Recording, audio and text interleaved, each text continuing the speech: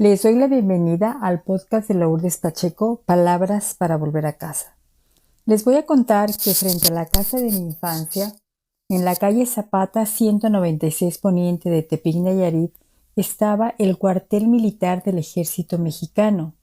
Más bien, lo que veíamos era la parte posterior del cuartel, cuya entrada principal estaba por la calle Morelos. Sí, lo que hoy conocemos en esta ciudad como el Mercado Morelos.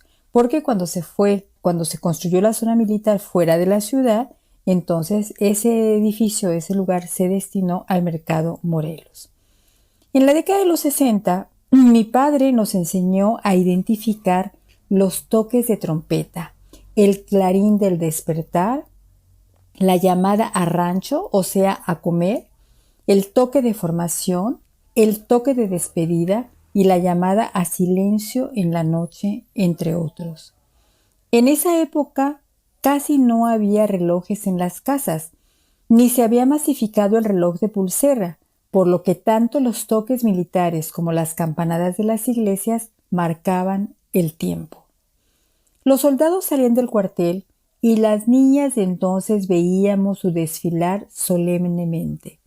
Frente al cuartel estaba un local que había sido el cine lírico en los recuerdos de mi madre.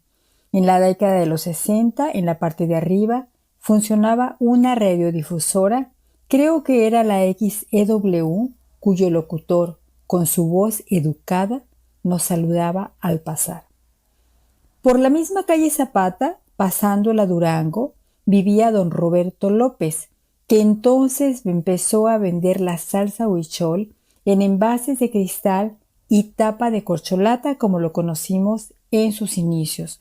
Su mamá, doña Pachita, nos la podía despachar entre los barrotes de la ventana. A la vuelta, por la calle Durango, estaba la librería del maestro Vázquez Roda y enfrente la casa del historiador don Everardo Peña Navarro. Era un gusto que el maestro Vázquez Roda pudiera explicarnos parte de los libros que nos vendía, sobre todo me acuerdo de los mapas de Nayarit, que él mismo nos los explicaba.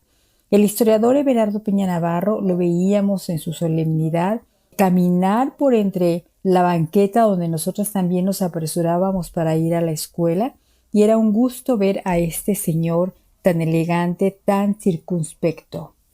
Un poco antes de la librería se ubicaba el consultorio dental del doctor Uribe, que además de ser un famoso doctor de la localidad, formaba parte de los aficionados a los toros en aquella época, por lo que su consultorio no solamente estaba lleno de personas que iban a atenderse los dientes, sino que también iban las palomillas, por decirlo así, de los toros. Mi madre y yo, y mis hermanas supongo, íbamos al Mercado Grande, hoy llamado Mercado Juan Escutia. Entrábamos por un zaguán oscuro, donde mujeres enrebosadas vendían una golosina llamada Monteduro, una combinación de semillas, cacahuates y garbanzo pegadas con miel, si no me equivoco. Las gallinas y los pollos se exhibían vivos para que las mujeres los escogieran de acuerdo a su parecer. Los jabones los vendían envueltos en papel periódico, pero el azúcar y el frijol se envolvían en papel de estraza. Se compraba un peso de manteca en recipientes que teníamos que llevar para que los rellenaran. Barro, aluminio o peltre. De eso eran los recipientes, todavía muy lejos de la era del plástico. El mercado era un edificio con paredes gruesas y daba la impresión de tener 2 pisos. No recuerdo en este momento si los tenía. Era un júbilo caminar por esos pasillos de frutas coloreadas, puestos de quesos frescos, olor a chicharrones, a rellena cocinada, a flores recién cortadas. Visitábamos los típicos lugares donde se confeccionaban tortas y chocomiles y también los puestos de juguetes mexicanos. A veces vendían conejos listos para el sartén y también huevos de caguama que se debían comer ahí mismo con un poco de sal. Hoy eso sería prácticamente impensable. Lo mejor de esa época eran las paletas de El Perico, una paletería por la calle Durango, casi para salir al Alerdo. El sabor inigualable de las paletas de frutas y de leche nos volvió privilegiadas los instantes en que saboreamos esas delicias. Si seguimos por la calle Hidalgo, se encontraba la agencia de autos Ford, si no me equivoco. Al pasar veíamos los coches nuevos en una ciudad donde el transporte privilegiado era el Llanitos Mololoa, el circuito del camión. Todavía no se fundaba la universidad, por lo que la ruta más larga en esta pequeña ciudad era el Mololoa Llanitos y al revés, Llanitos Mololoa. Por la calle León, pasando la calle Morelos, funcionaban las oficinas de tabaco en rama, cuyas secretarias nos regalaban papel carbón cuando estaban demasiado gastados. Parecía magia dibujar sobre los cuadernos las imágenes de la pequeña Lulú, los supersabios, Chanoc, gracias a ese papel oscuro quebradizo que nos regalaban entre las ventanas.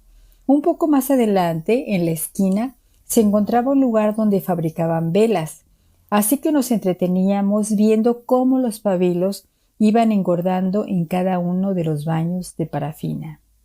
Si cruzamos la calle, llegamos al Parque de la Madre. El monumento entonces era una fuente de agua, la cual a su alrededor tenía sembradas amapolas, estas amapolitas moradas de los valles de Tepic. El monumento mostraba a una mujer de faldas largas y rebozo con varios niños frente a ella. Las niñas de entonces, las alumnas de las escuelas vecinas, guardábamos los pétalos de las flores. Su belleza perduraba entre las hojas de los libros, devolviéndonos la calma de la tierra en que habían crecido. Entramos a la iglesia. El altar del templo del Sagrado Corazón estaba vuelto a la pared. Las misas se decían en latín, dando la espalda a los fieles, quienes ocupaban sus mentes en imaginar cualquier cosa, mientras el Padre hablaba con la corte celestial. Nosotras, mis hermanas y mi madre, nos sentábamos en las bancas de la derecha, mientras mis hermanos y mi padre lo hacían en las bancas de la izquierda. No se permitía que mujeres y hombres se sentaran juntos, aún ahí tenían que separarse. Usábamos pañoletas para taparnos la cabeza al entrar al templo, en tanto los hombres tenían que quitarse los sombreros en rituales diferenciados para mujeres y hombres. Las mujeres cubiertas, mientras los hombres tenían que estar descubiertos de la cabeza. Más allá estaba la Alameda. Aunque el nombre de la de hoy sea Alameda, no era la misma. La de mis recuerdos se abría en la mañana y se cerraba por la noche, lo que indica que tenía puerta tanto en el lado de la calle Allende como de la carretera, que así le decíamos a lo que hoy se conoce como Avenida Insurgentes. El lado correspondiente a la calle Oaxaca lucía una reja forjada de hierro que se consideraba emblema de la ciudad. Se llegaba al centro de la Alameda a través de corredores donde de tanto en tanto había fuentes con cisnes de cemento. En cada uno de los 4 costados de la Alameda, las esculturas que simbolizaban las estaciones del año se levantaban entre la vegetación que ensombrecía el lugar por lo tupido de los álamos. Al centro de la Alameda estaba un kiosco donde los domingos escuchábamos conciertos de orquesta sinfónica. Hoy la Alameda no tiene rejas, no tiene puertas, algunas de las esculturas han desaparecido, como dije, no tiene kiosco, no sabemos en qué modernidad se fue esta parte de la identidad de la ciudad y no sabemos en qué casas particulares quedaron estas joyas escultóricas que estaban y que eran patrimonio de la ciudad. Si salimos por la calle Allende de esta Alameda, se encontraban los estadios de fútbol y de béisbol, uno al lado del otro. Los estadios simbolizaban una frontera cultural porque a partir del estadio de béisbol iniciaba el norte. Ahí, en esa calle, iniciaba el norte con sus bandas, tamboras y tortillas de harina. El estadio de fútbol, por su parte, simbolizaba el occidente, donde predominaba el mariachi y el pozole. Podríamos decir que los estadios en Tepic eran la frontera cultural donde terminaba Mesoamérica y empezaba el norte. Los municipios que están más allá del estadio justamente se caracterizan porque juegan fútbol y tienen más identidad con Sinaloa y lo que es el norte que los municipios que están más acá, que digamos tienen más identidad con Jalisco y con todo lo que se considera el occidente. Por eso, más de alguno hemos dicho que los estadios simbolizaban la frontera cultural de esta parte de Mesoamérica. El 1 de enero de 1964, las niñas de la Escuela Amado Nervo hicimos una tabla gimnástica en el estadio Nicolás Álvarez Ortega como parte de las celebraciones de la toma de posesión del gobernador Julián Gascón Mercado. Ahí, en esos estadios, entrenaron mis hermanos cuando jugaban fútbol, entrenó a una de mis hermanas porque era parte del equipo de gimnasia que representaba a Nayarit. Eran como lugares abiertos donde se podía practicar deporte si se quería, desde luego con la supervisión de profesores de las escuelas. Ahora bien, ¿por qué narro estos recuerdos que seguramente tienen inexactitudes, como ocurre con todo lo que recordamos?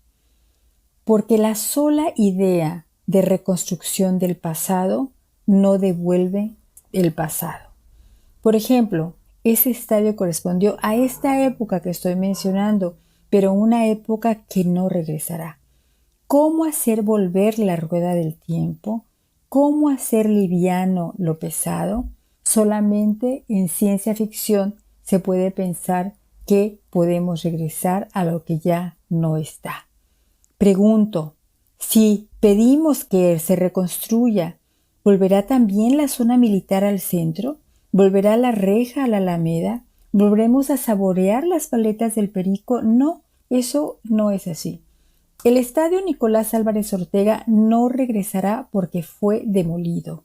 Regresa en la añoranza de quienes lo conocimos, pero nada más. Las técnicas de construcción son diferentes hoy que las de las décadas de los 40 cuando se edificó. La ciudad no es la misma, ni quienes habitamos la ciudad somos los mismos que la década de los 40. Quizá fue el emblema del deporte en su momento, hoy no lo es. En esa época la salsa huichol era una salsa prácticamente casera o incluso era una salsa popular en las cantinas de Tepic y hoy la salsa huichol es un símbolo de la gastronomía nayarita. Van cambiando los emblemas, entonces lo que fue emblema en un tiempo ya no lo es ahora y lo que no lo era se puede convertir en ello. Por eso debemos dar vuelta a la página para imaginar el símbolo de la ciudad de hoy y no empecinarnos en algo que ya pasó. Debemos pensar hoy el símbolo de la paz y de la armonía que confluya con todo a través de las expresiones del espíritu de nuestro tiempo. Abramos por ello las puertas a la danza, al canto, a la palabra, al teatro, a los pinceles, a la música, a las narrativas. Abramos las puertas al arte, porque no hay nada en el mundo tan frágil como la añoranza, tan volátil, tan traidora. La añoranza es el aroma del tiempo que se fue.